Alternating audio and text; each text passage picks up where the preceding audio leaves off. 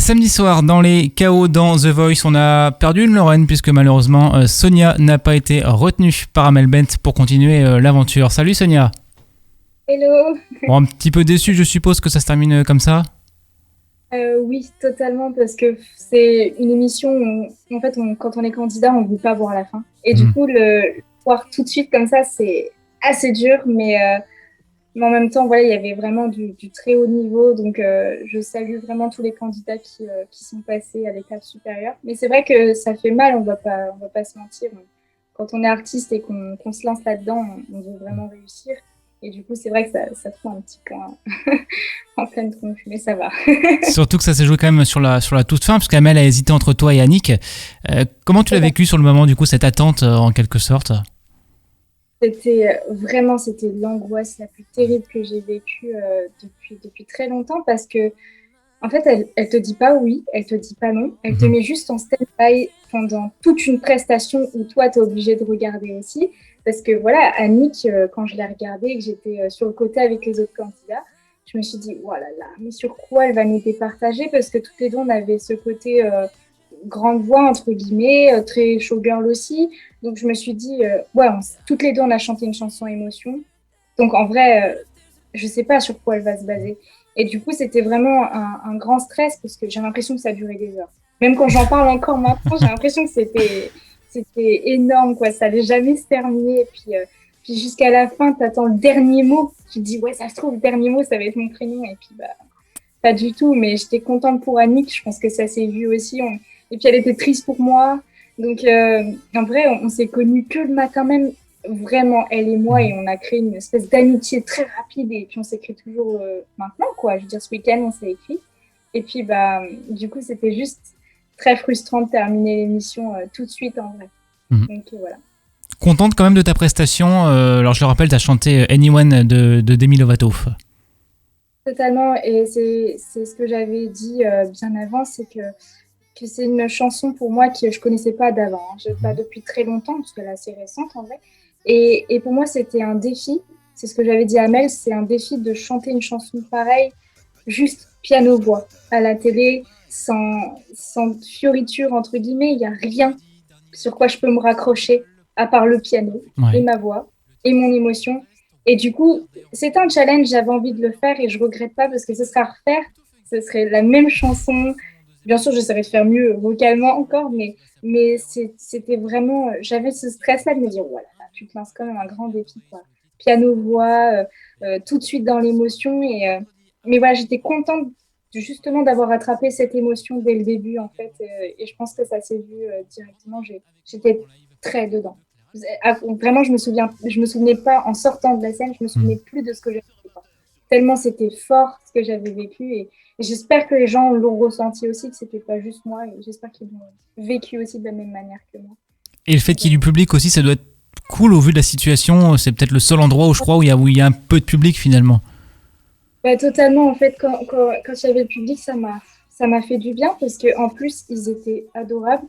Je sais pas si ça s'est vu vraiment à la télé, mais je les entendais d'un côté et il y en a qui criaient mon prénom en mode Sonia, c'est pas grave, continue, anyone. Et du coup, j'en entendais et ça m'a fait vraiment du bien parce que du coup, les gens, ils ont dû croire que j'étais un peu schizophrène par moments parce que je souriais au public, j'étais triste, mais je souriais en même temps parce que c'était trop mignon d'avoir ce public à côté de moi et qui me soutenait. Et c'est là que j'ai compris que même si j'avais perdu, j'ai tout gagné dans un sens parce que j'avais des personnes là qui croyaient vraiment en moi et qui se sont dit c'est pas grave, ça va vraiment continuer pour toi et ça m'a fait du bien. Ça m'a vraiment fait du bien parce que je pense que sans ces gens qui criaient mon prénom ou qui étaient très contents pour moi, malgré que je sois partie de l'émission, bah, ça aurait été différent. Le revers de l'émission aurait été complètement différent. Tu sais, c'est des gens qui ne te connaissaient pas du coup il y a quelques semaines. Je les connaissais pas du tout, je savais pas qui c'était et quand tout d'un coup, quand elle hésitait, il y en a qui criaient mon prénom, ils disaient Sonia, c'est pas fini.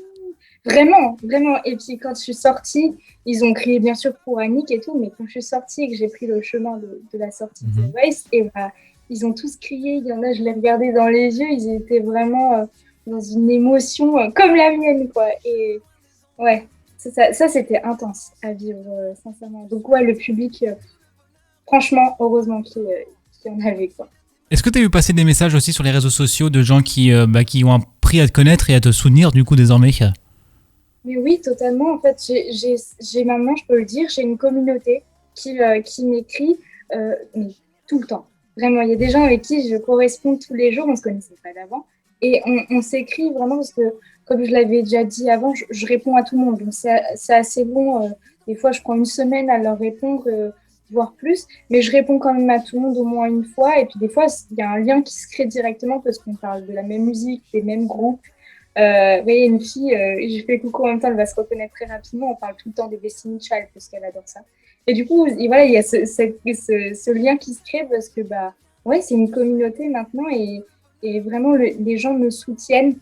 Peu importe, en fait, j'ai remarqué, peu importe le résultat qui s'ensuit, en fait, les gens sont là pour moi et ça me fait du bien. Parce qu'il y a la famille, les amis, et aussi ces gens-là que je connaissais pas d'avant et aujourd'hui, bah, c'est des gens où je suis proche en fait. C'est bizarre de dire ça parce que c'est les réseaux sociaux, mais c'est vrai. C'est vrai. Donc voilà. Et au final, qu'est-ce que tu gardes de cette aventure? Qu'est-ce que tu retiens? Est-ce qu'il y a une image que tu as en tête qui revient? Ah oui, Alors il y a deux images qui me viennent en tête. C'est la première fois où bah, je suis passée et j'ai chanté Ain't No Mountain High Enough et Kamel Ben s'est retourné, ma tête, elle est mémorable. Vraiment, j'y croyais pas du tout.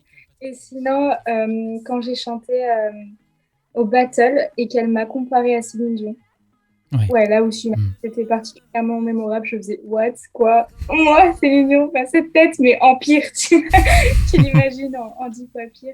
Donc, ouais, c'est ces deux moments-là que je retiens. Et même la fin, en fait, je retiens tout, en fait, parce que c'est une superbe émission, parce que bah, les gens sont agréables, la production, elle est juste superbe, ils sont toujours là à notre écoute. Et puis le public, là, ça faisait du bien de les avoir. Le jury, pareil, c'était vraiment. Franchement, je regrette de ne pas encore y être, mais je suis vraiment heureuse d'avoir vécu ces moments-là parce que dans une vie, à 20 ans, vivre ça, c'est incroyable. Il n'y en a pas beaucoup qui le font effectivement. Alors je sais qu'il y a certaines personnes qui retentent quelques années après The Voice. Toi, c'est quelque chose que tu peux envisager ou pas? Ou tu as envie de passer à autre chose? Non, oui, j'ai envie de poursuivre mes projets parce qu'il y en a plusieurs qui se développent en ce moment. Mais c'est vrai que refaire The Voice, sincèrement, pourquoi pas? Parce que bah, si je reviens quelques années plus tard, je serai encore plus sûre de mes choix et artistiquement et aussi scéniquement, je saurai exactement ce que je veux et ce que je veux pas. Et donc, je pense que ça peut être vraiment la possibilité de faire un point sur moi-même aussi et de voir si je plais plus et si j'ai bien trouvé ma voix en tant que chanteuse. Donc oui, franchement, refaire The Voice, pourquoi pas. Vraiment. Alors, tu parlais de tes projets en quelques mots justement. Je sais que tu as lancé un groupe il y a quelques semaines. Oui, c'est ça. Et en fait, il y a un groupe d'amis à moi. On est de la même école, donc la Musique Académie Internationale à Nancy. Et on s'est connus là-bas. En fait, c'est quatre grands musiciens. Donc, il y a Luc Jolin, guitariste, David Brissac au piano, enfin au clavier, et Wayne Dupont à la basse et Julien Gillet à la batterie. Et du coup, c'est un groupe, ils sont appelés The 41, donc T-H-E-F-R-E-A-K-Y plus loin O-N-E-S. Et donc, c'est un groupe de quatre musiciens et ils avaient envie de commencer à sortir des chansons. Donc, ils ne savaient pas forcément tout de suite si c'était en anglais, en français ou quoi. Et là, ils m'ont proposé de travailler avec eux et de collaborer pour un EP. Donc, un EP, c'est un album de... Là, on a décidé de faire 4 chansons. Et du coup, c'est un album de 4 chansons. Et on a collaboré ensemble. Et là, j'avais envie d'écrire en anglais. Donc, j'écris dans les deux langues. Mais là, j'avais envie de sortir des chansons en anglais assez festives du moment. Parce que voilà, on est en printemps, on va arriver en été. Tout ça, ça va être la fête. Donc, on avait envie de sortir des chansons qui bougent. Et voilà, donc on s'est lancé là-dedans. Et vraiment, on en a du coup 3 qui sont sortis maintenant. Parce qu'il y en a une qui est sortie samedi. Totalement dans le même atmosphère que Anyone. D'accord. Donc, c'est volontaire, on a tout fait pour que les dates correspondent aussi à la sortie de nos chansons. Et du coup, elle s'appelle I'm Done. Et vraiment, c'est la chanson la plus intimiste que j'ai écrite. Et ça fait du bien d'écrire aussi ce genre de musique, des chansons festives, mais aussi où il y a vraiment un message. Et du coup, ça m'a fait du bien de sortir cette chanson et j'espère qu'elle plaît, en tout cas. Et puis voilà, il y en a une 4e qui va arriver bientôt. Et donc voilà, c'est vraiment ce projet-là qui me tient à cœur et vraiment je suis fière de le faire avec eux. Et sinon, je suis en train d'écrire aussi des chansons pour un album solo. Donc voilà. Donc il y a vraiment des projets qui se concrétisent, d'autres aussi. Pour Mhm. l'instant, je ne peux pas le dire. Mais voilà, il y a des choses qui se font un peu de partout. Donc c'est cool. Donc beaucoup de choses qui vont arriver pour la suite. Bah écoute, bon courage du coup Sonia pour tes prochains projets. Puis merci d'avoir été avec nous du coup cet après-midi. Merci beaucoup. Je veux dire merci à toi et aussi à l'Oriflame d'avoir pris le temps d'être avec moi et de m'interviewer. En tout cas, ça m'a fait vraiment plaisir. Voilà. Et bah avec grand plaisir également. À bientôt Sonia. Gros bisous.